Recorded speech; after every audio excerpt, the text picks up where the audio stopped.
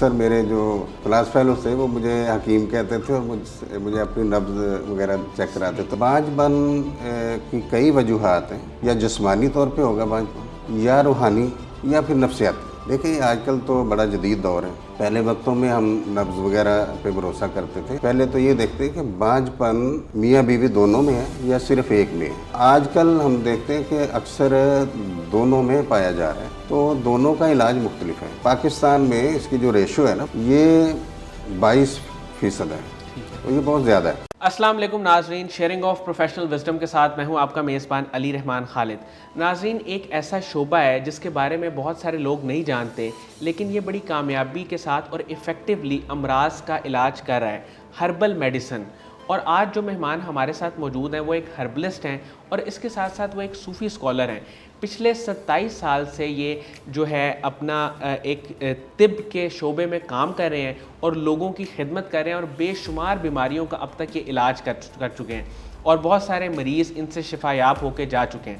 ہم ان سے جانیں گے کہ شعبہ طب میں اور خاص طور پہ ہربل میڈیسن میں انہوں نے کب اور کیسے قدم رکھا، اور کس طرح یہ کام کرتے ہیں اور لوگوں کا علاج کرتے ہیں۔ بہت بہت شکریہ حکیم اجاز چشتی صاحب آپ کی تشریف آوری کا۔ سر مجھے یہ بتائیے گا کہ آپ نے ہربل میڈیسن کو کیوں چوز کیا، اس میں آپ کی دلچسپی کب ڈیولپ ہوئی؟ بسم اللہ الرحمن الرحیم، بہت شکریہ آپ کا۔ یہ میرا بچپن کا شوق تھا، اور شوق بھی ایسے کہ کیونکہ یہ ہمارے خاندان میں گھر میں پہلے ہی موجود تھا، یعنی میرے والد صاحب بھی ایک کامیاب حکیم تھے، طبیب تھے، تو مجھے بھی بچپن سے یہ شوق تھا۔ تو یہ سمجھ لیں کہ جب میں اسکول میں پڑھتا تھا تو اکثر میرے جو کلاس فیلو تھے وہ مجھے حکیم کہتے تھے اور مجھے اپنی نبض وغیرہ چیک کراتے تھے، اور میں بھی اندازے لگا کے انہیں بتاتا رہتا تھا۔ تو ایسے یہ شوق پیدا ہوا، اور الحمدللہ یہ آج تک چل رہا ہے، اللہ پاک کا بڑا شکر۔ سر مجھے یہ بتائیے گا کہ ہربل میڈیسن یہ بیماریوں کے علاج میں کتنی مؤثر ہے؟ ہربل میڈیسن یہ میرے خیال میں جو میرا تجربہ ہے نا، اور میں الحمدللہ 27 سال سے تو میں خود پریکٹس کرتا رہا ہوں۔ اس سے پہلے میں نے آپ کو بتایا میرے والد صاحب کرتے تھے، یعنی 4-5 سال اس سے پہلے جو میں نے اس بارے میں تعلیم حاصل کی۔ اگر دیکھا جائے تو میں بچپن سے اسی میں کام کر رہا ہوں، تو میرے خیال میں 100% کامیاب علاج ہے۔ ہر مرض میں 100% کامیاب علاج ہے، اور بغیر کسی سائیڈ افیکٹ کے، اس کا کسی قسم کا کوئی نقصان نہیں ہے۔ سر اس میں کیا طریقہ کار ہوتا ہے علاج کا؟ مطلب بیماری میں یہ جو جڑی بوٹیاں ہوتی ہیں ان سے علاج کیا جاتا ہے، یہ کہاں سے لی جاتی ہیں، کیا اس کا استعمال ہوتا ہے، کس طرح ان کو پروسیس کرتے ہیں، یہ تھوڑا سا بتائیں۔ یہ جڑی بوٹیاں ظاہر ہے یہ زمین میں ہی اگتی ہیں، قدرتی بھی ہوتی ہیں، کچھ لوگ کاشت بھی کرتے ہیں۔ تو یہ جتنی بھی جڑی بوٹیاں ہوتی ہیں انہیں ہم اگر بازار سے آسانی سے ہمیں مل جائیں تو ٹھیک ہے، ورنہ ہم خود حاصل کرتے ہیں، کھیتوں میں سے یہ اکثر تلاش کرنی پڑتی ہیں، تو انہیں ہم مختلف فارم میں استعمال کرتے ہیں، یعنی کہ خشک کر کے پاؤڈر فارم میں استعمال کرتے ہیں، یا پھر سیرپ فارم میں استعمال کرتے ہیں، یا معجون وغیرہ اس طرح کی چیزیں ہم بنا سکتے ہیں۔ سر ہربل میڈیسن میں سب سے زیادہ استعمال ہونے والی جڑی بوٹی کون سی ہے؟ یہ راز کی بات۔ ہاں جی، یہ کچھ آپ کہہ نہیں سکتے اس بارے میں، اچھا، کیونکہ ہزاروں بوٹیاں ہیں، اور بلکہ لاکھوں ہیں اللہ نے جو پیدا کیے، انسان ابھی تک ہزاروں کو جان چکا ہے۔ تو اگر میرے خیال میں دیکھیں نا، یعنی میں زیادہ استعمال کیا کر رہا ہوں، تو یہ تو میں چلے اندازہ لگا سکتا ہوں، ویسے مجموعی طور پہ ہم اس کے بارے میں کچھ نہیں کہہ سکتے۔ کوئی ایک دو کے نام بتا دیں جو بڑی مشہور ہیں۔ جی، آج کل کیونکہ یہ جگر کے امراض بہت زیادہ ہیں، تو اس کے متعلق ایک جڑی بوٹی ہے، اسے ہم کہتے ہیں ریوند خطائی۔ ریوند خطائی، جی، یہ ایک ایسی چیز ہے کہ اسے ہم بہت زیادہ استعمال کرتے ہیں جگر میدے کے امراض میں بھی، اچھا، اور اسے چائنا میں بھی بہت استعمال کیا جا رہا ہے، اور بھی کئی ملکوں میں استعمال کیا جا رہا ہے، اور اس کے ایکسٹریکٹ وغیرہ بنائے جاتے ہیں، اس کی ٹیبلٹ بھی آ گئی بازار میں۔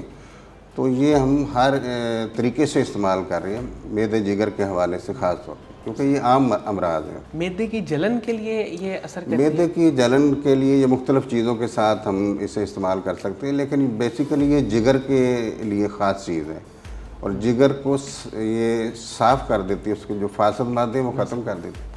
اور یہ ہیپاٹائٹس بی سی وغیرہ کو بھی ختم کر دیتی ہے. ہاں جی. سر مجھے یہ بتائیے گا کہ آپ کی جو ایکسپرٹیز ہے، خاص جو آپ کا ایریا ہے وہ ہے بانجھ پن. جی تو بانجھ پن کی وجوہات کیا ہیں، پہلے ہم اس پہ بات کر لیتے جی ہیں. جی یہ بانجھ پن کی کئی وجوہات ہیں.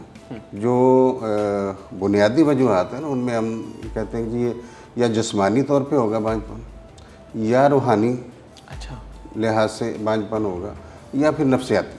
صحیح. تو یہ 3 بنیادی اس کی وجوہات ہیں. تو انہیں ہم ڈائیگنوز کر کے تو اس کے مطابق پھر علاج میں کوشش کرتے ہیں. سر یہ کیسے پتہ چلتا ہے کہ مطلب ایک جو شخص آپ کے پاس آیا ہے، جی آیا اس کو کوئی روحانی بیماری ہے، یا واقعی اس کو جو جس طرح ابھی آپ نے بتایا کہ اس کو جو ہے وہ بانجھ پن کا کوئی اور مسئلہ ہے، کوئی بیماری ہے، یہ کس طرح پتہ چلتا ہے؟ دیکھیں آج کل تو بڑا جدید دور ہے. پہلے وقتوں میں ہم نبض وغیرہ پہ بھروسہ کرتے تھے، آج بھی الحمدللہ کرتے ہیں. ہم نے سیکھا اپنے بزرگوں سے. یہ نبض کا ایک الگ سے علم ہے. تو ہم ٹیسٹ بھی کرواتے ہیں، اس کی رپورٹس دیکھتے ہیں، اور پھر اپنے طریقے سے نبض وغیرہ اور کرورا اس طرح کے وہ کئی سورسز ہوتے ہیں جس سے ہم یہ جسمانی طور پہ اندازہ لگا لیتے ہیں کہ اس میں مرض ہے یا نہیں ہے. اگر ہے تو کس نوعیت کا ہے، کیا کیفیات ہیں، کیا علاج ہے. تو اگر بعض اوقات ہم دیکھتے ہیں، ابھی یہ کچھ عرصہ پہلے کی بات ہے، تو ہم بڑے عرصے سے کیونکہ یہ بانجھ پن کا علاج کرتے ہیں اور الحمدللہ اس میں اللہ نے ہمیں مہارت بھی عطا کی. تو دور دور سے لوگ آتے ہیں. تو اسی طرح ایک کیس آگے، ہم نے بڑی کوشش کی، اس کی رپورٹس وغیرہ دیکھی، کچھ نہیں آ رہا تھا اس میں کسی قسم کا، اور پھر نبض بھی دیکھی، اور پھر احتیاطاً چند دن دوا بھی استعمال کرائی، لیکن کوئی فائدہ نہیں ہوا. تو پھر جب روحانی طور پہ چیک کیا تو مسئلہ اس میں آیا. تو یقین مانیں کہ روحانی علاج ابھی شروع کیا ہے مسئلہ حل تو مسئلہ حل ہو. سر مجھے یہ بتائیے گا کہ اگر ہم بات کریں ہربل میڈیسن جی کی، تو اس کے ذریعے بانجھ پن کا علاج آپ کیسے کرتے ہیں اور کیسے ممکن ہے؟ اس میں ہم پہلے تو یہ دیکھتے ہیں کہ بانجھ پن میاں بیوی دونوں میں ہے یا صرف ایک میں ہے، کیونکہ یہ میل فیمیل دونوں میں ہو سکتا ہے. تو آج کل ہم دیکھتے ہیں کہ اکثر دونوں میں پایا جا رہا ہے. تو دونوں کا علاج مختلف ہے. اس کی جو علامات اور جو مسائل ہیں وہ ہم پہلے ڈسکس کرتے ہیں. تو بلکہ عموماً تو ایسا ہوتا ہے کہ یہ آپ اس میں یہ بھی وضاحت کرتا چلوں کہ پاکستان میں اس کی جو ریشو ہے نا بانجھ پن کی، یہ 22% ہے. تو یہ بہت زیادہ ہے. تو اگر ہم اس کے علاج پہ توجہ دیں تو یہ 80% لوگ فیض یاب ہو سکتے ہیں. انہیں علم نہیں ہے اس لیے محروم ہیں. میں سمجھ. اب 80% میں آپ یہ کہہ لیں کہ چند % جو ہیں وہ روحانی ان کی وجوہات ہوں گی، اور باقی جسمانی اور نفسیاتی. تو نفسیاتی طور پہ جو لوگ پریشان ہیں انہیں تو ہم بعض کا ایک سیٹنگ میں ہی نا وہ مطمئن کر دیتے ہیں، اور انہیں کسی علاج کی ضرورت بھی نہیں پڑتی.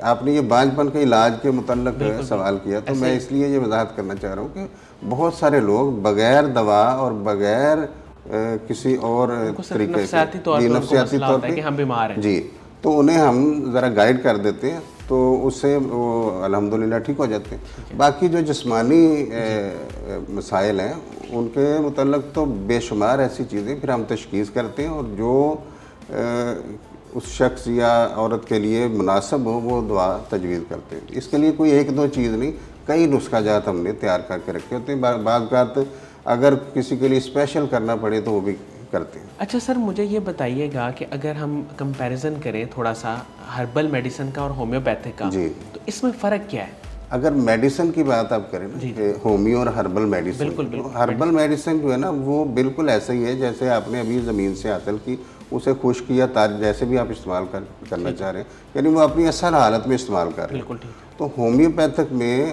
آپ اس کا جو جوہر لے رہے ہیں اسے وہ مختلف طریقوں سے نا اس کا ایکسٹریکٹ نکال لیتے ہیں.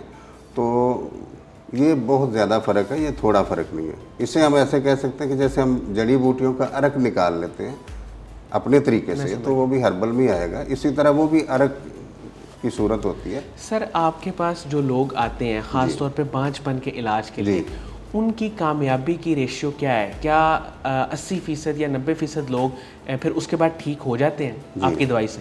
جی میرے پاس الحمدللہ یہ میں نے پہلے ہی عرض کی 27 سال سے یہ کام کر رہے ہیں الحمدللہ. تو الحمدللہ یہ 99% کامیابی ہمیں عطا ہو رہی ہے، یہ اللہ کا خاص فضل ہے. سر آپ ایک صوفی اسکالر بھی ہیں اور آپ کا ایک سلسلہ بھی ہے. مجھے یہ بتائیے گا کہ روحانیت کو اگر ایک دو جملوں میں آپ بیان کریں تو کیسے کریں گے؟ روحانیت پہلے تو یہ سمجھنا چاہیے کہ روحانیت روح ہے کیا. ٹھیک ہے. تو یہ روح اصل میں پورے کائنات کی جان ہے. صحیح. جیسے آپ کی اور میری جان یہ پورے کائنات کی جان ہے. اور روحانیت کو اگر آپ کہیں نا مختصر تو میں یہ کہوں گا کہ آپ مجھ سے اور میں آپ سے اور بلکہ یہ پوری کائنات ہر چیز ایک دوسرے سے اٹیچ ہے روحانیت کی وجہ سے. صحیح صحیح. اچھا سر، روحانی امراض جو ہوتے ہیں میں چاہوں گا ہمارے پلیٹ فارم سے آپ موجود ہیں اور آپ اس پہ کام بھی کر رہے ہیں، اگر کسی کو کوئی روحانی مسئلہ ہے تھوڑا بہت زیادہ نہیں، تو اسے کیا کرنا چاہیے؟ کیا ایسا پڑھنا چاہیے یا قرآن پاک کی تلاوت کرنی چاہیے جس سے اس کا نا وہ مسئلہ حل ہو جائے؟ کچھ تھوڑا سا آپ بتائیں. سب سے پہلے تو یہ دیکھیں کہ روحانی مسئلہ ہے کیسا، یعنی کیا مسئلہ اسے اسیب ہے یا جادو کا اثر ہے، کوئی بندش ہے یا کوئی اور کیفیت ہے. تو پہلے ہم اس کی تشخیص کریں گے. ٹھیک ہے. اگر اسیب ہے تو اس کا الگ علاج ہے، اگر کوئی بندش ہے جادو ہے تو اس کا الگ طریقہ کار ہے. تو اسی طرح یہ ایک جو بات میں کہنے لگا ہوں اسے اکثر لوگ اگنور کر دیتے ہیں کہ یہ روحانی مسائل میں نہیں لے کے آتے. یہ جتنی بھی اخلاقی برائیاں ہیں وہ روحانی امراض اور روحانی مسائل پیدا کرتی ہیں. اچھا. اخلاقی برائیاں جتنی بھی ہیں روحانی طور پہ وہ روحانی روح کو مجروح کرتی ہیں، یعنی وہ نفس کو ابھار دیتی ہیں اور روح کو وہ دبا دیتی ہیں. تو یہ ان بیلنس ہونے سے بے شمار مسائل پیدا ہو جاتے ہیں. اور بعض کا تو یہاں تک شائبہ ہوتا ہے کہ یہ جیسے کسی نے بندش کر دی یا سیب وغیرہ ملی جلی علامات پیدا ہو جاتی ہیں. سر کوئی ایک یا دو ایسی چیزیں بتائیں جن کو پڑھنے سے یا جن کو کرنے سے آپ کی روح تقویت میں آ جائے. جی میرے خیال میں سب سے جو بہترین چیز ہے وہ ہے درود پاک. اس کے بعد کلمہ طیبہ، حدیث پاک کی روح سے افضل الذکر. بالکل. تو باقی ساری چیزیں بعد میں، ہمیں سب سے پہلے اس کو فوکس کرنا چاہیے. مطلب اس سے آپ کی وہ جو نفس کی ہے وہ تھوڑی سی ٹوٹ جائے گی، اس کا زور، نفس کا زور، اور روحانیت آپ میں تھوڑی بیدار ہو جائے گی. بالکل ٹھیک ہے. اور بیماریوں میں کچھ ظاہر فرق پڑے گا، باقی وہ تشخیص کے ساتھ اس کا. دیکھیں جب جسم بیمار ہوتا ہے تو روح پہ بھی اثر پڑتا ہے. صحیح. اور اسی طرح جب روح دب جاتی ہے یا مجروح ہوتی ہے یا بیمار ہوتی ہے تو جسم پہ بھی اثر پڑتا ہے. بالکل. تو یہ بیلنس ہونا ضروری ہے. اچھا سر، آخر میں چاہوں گا کہ ہمارے جو لوگ مایوس ہو جاتے ہیں مختلف پریشانیوں میں، پرابلمس میں، آپ چونکہ آپ کا صوفیزم سے بھی تعلق ہے، ایک سلسلہ بھی ہے، آپ انہیں کیا پیغام دیں گے کہ وہ مایوسی میں کیا کریں، اپنے آپ کو کس طرح جو ہے وہ مینیج کر کے چلیں؟ میرے خیال میں نا ایسے لوگوں کو چاہیے کہ کامیاب لوگوں کی صحبت اختیار کریں. اچھا. اور ایسے لوگ جو انہیں ذکر و فکر میں لگائیں اور انہیں اچھی نصیحتیں کریں، ایسے لوگوں کی صحبت اختیار کرنی چاہیے. یہ ایسا بندہ بذات خود اگر ہم سے کوئی وظیفہ بتا دیں یا کوئی اور طریقہ وہ نہیں کر پائے گا، اسے کسی اور کے ساتھ اٹیچ کرنا پڑے گا. اس کی یعنی جو صحبت ہے اسے آپ چینج کر دیں، وہ ٹھیک ہو جائے گا. سر قاسم علی شاہ صاحب کے لیکچرز آپ نے سنے ہوئے ہیں، ان کی فاؤنڈیشن میں بھی آپ آئے، ان کے کام کو بھی آپ جانتے ہیں، ان کی فاؤنڈیشن کے کام کو آپ کیسے دیکھتے ہیں؟ جی میں قاسم علی شاہ صاحب کے فاؤنڈیشن اور قاسم علی شاہ صاحب کا بڑا گرویدہ اور فین ہوں. میں الحمدللہ کافی عرصے سے یہ ساری چیزیں دیکھ رہا ہوں ان کی، تو مجھے بڑی خوشی ہوتی ہے. میں ہر لحاظ سے اس میں مطمئن ہوں اور اللہ پاک آئندہ انہیں مزید ترقی اور توفیق عطا کرے. یہ جتنے بھی کام تعلیم کے حوالے سے یا اور جس طرح کے بھی یہ معاملات چلا رہے ہیں تو یہ بڑی خوشی کی بات ہے اور یہ بہت اچھی بات ہے. بہت شکریہ حکیم اجاز احمد چشتی صاحب آپ کی تشریف آوری کا، آپ نے ہمارے لیے ٹائم نکالا. آخر میں جاتے جاتے آپ سے یہ پوچھنا چاہوں گا کہ آپ کا جو مکتب ہے وہ کہاں پہ ہے اور لاہور میں ہی ہے اور اس کی کتنی برانچز ہیں؟ یہ مکتب میں نے شادرہ سے سٹارٹ کیا تھا. صحیح. تو آج بھی وہاں پہ برانچ ہے. کس نام سے؟ یہ مکتب حکیم اجاز احمد صابری چشتی کے نام سے. تو اسی طرح یہ اقبال ٹاؤن میں بھی ہم ٹائم دیتے ہیں، اسی طرح ایک دو اور جگہ پہ. تو لیکن جو پرانا مطلب ہے نا جہاں سے ہم نے سٹارٹ کیا تھا تو وہ شادرہ میں ہے۔ بہت بہت شکریہ حکیم صاحب آپ کی تشریف آوری کا۔ ناظرین مجھے امید ہے کہ جو لوگ ان کی گفتگو سے مستفید ہونا چاہتے تھے انہوں نے یقیناً بہت ساری چیزوں کو سیکھا ہوگا، اور ہربل میڈیسن کے حوالے سے انہوں نے بات کی کہ وہ کس طرح تیار ہوتی ہے اور کس طرح وہ مختلف بیماریوں کے علاج کے لیے کارگر ثابت ہوتی ہے۔ اس کے ساتھ ہی اجازت دیجیے، اپنا بہت ہی خیال رکھیے گا، انشاءاللہ دوبارہ حاضر ہوں گے ایک نئے انٹرویو کے ساتھ۔ اللہ حافظ۔